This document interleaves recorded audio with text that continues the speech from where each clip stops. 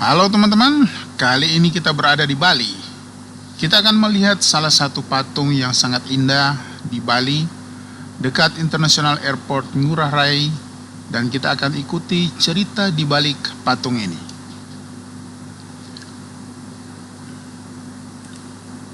Selamat menonton.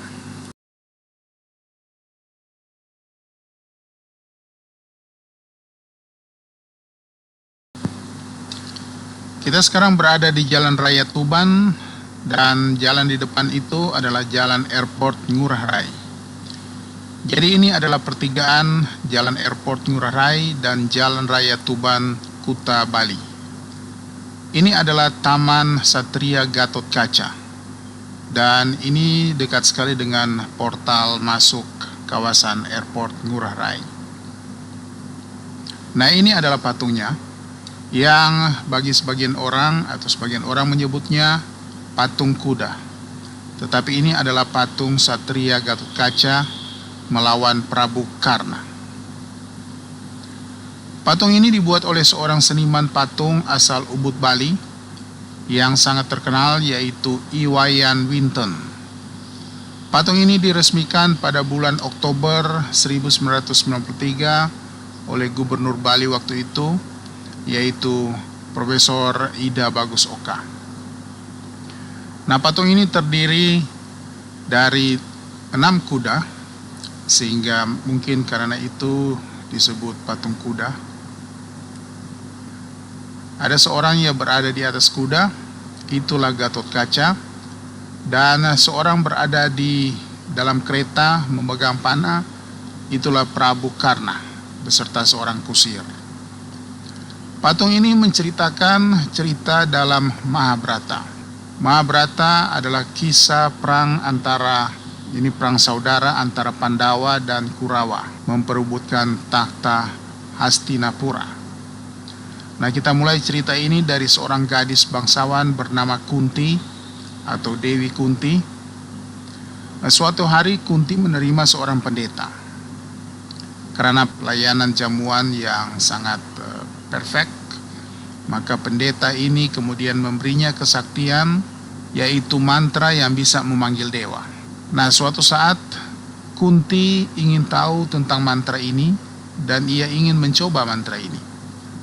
Namun ternyata mantra itu bukan untuk coba-coba, dan pada saat digunakan muncullah dewa matahari, yaitu Dewa Surya, yang kemudian memberi Kunti seorang anak. Anak ini diberi nama Karna. Dewa Surya kemudian mengembalikan keperawanan Kunti. Nah, Kunti malu karena memiliki anak padahal belum ada suami.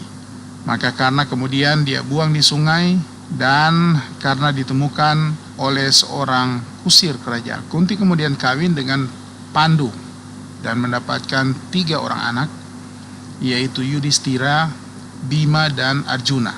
Jadi mereka bertiga ini sebenarnya adalah saudara tiri dari Karna.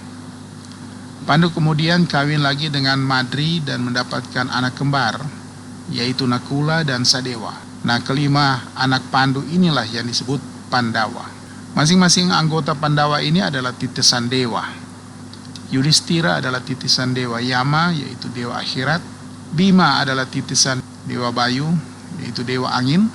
Arjuna titisan dewa Indra, yaitu dewa perang. Nakula dan Sadewa adalah titisan dewa kembar Aswin, dewa pengobatan. Nah, Bima memperanakan Gatotkaca dengan istri dari bangsa raksasa, yaitu Arimbi. Nah, Pandu memiliki kakak tiri namanya Dretarasta.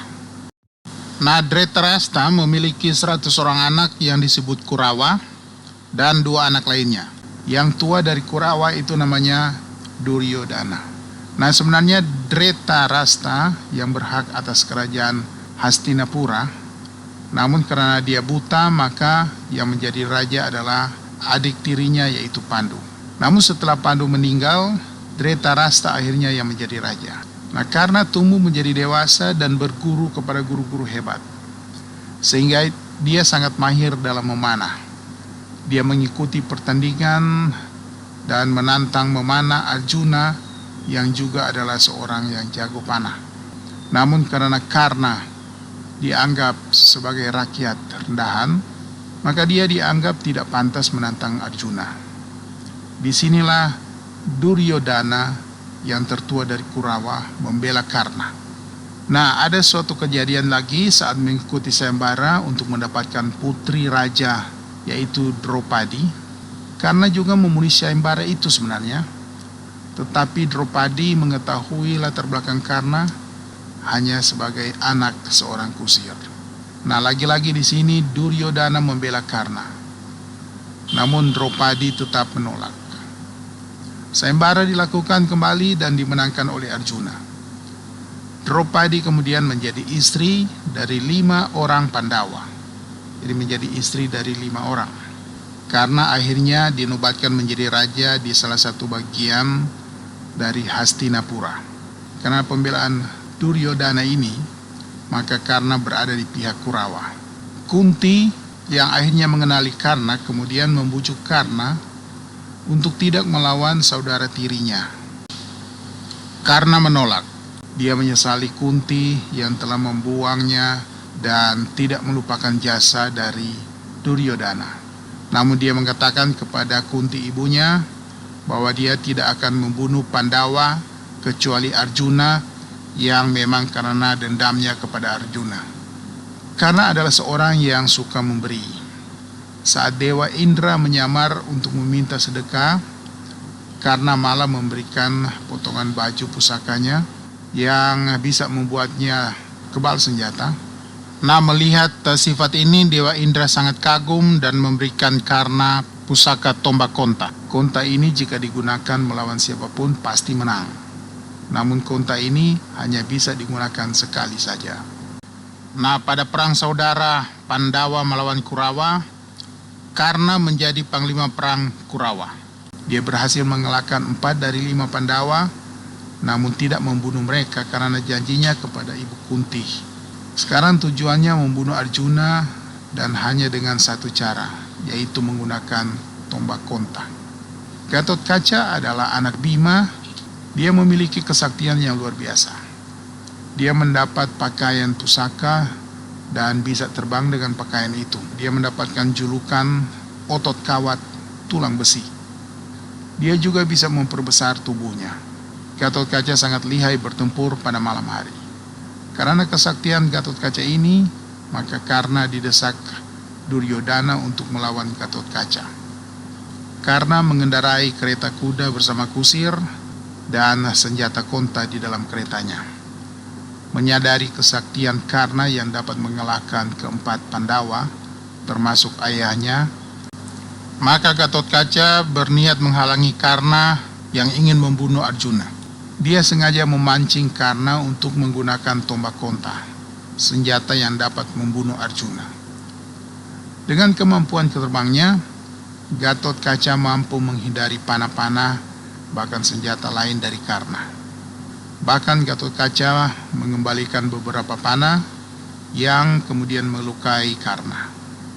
Nah, Gatotkaca terus mengejek Karna dan mempermainkannya. Karna semakin marah dan kesal. Akhirnya Karna mengeluarkan konta dan tewaslah Gatotkaca. Nah, pada saat Gatotkaca roboh, dia sempat memperbesar diri dan merobohkan diri kepada pasukan Kurawa dan banyak yang mati. Nah, itulah kisah dari Gatotkaca yang rela berkorban untuk menyelamatkan Pandawa. Dan sampai di sini jumpa kita di video ini. Kita akan berjumpa kembali di video berikut. Terima kasih. Bye.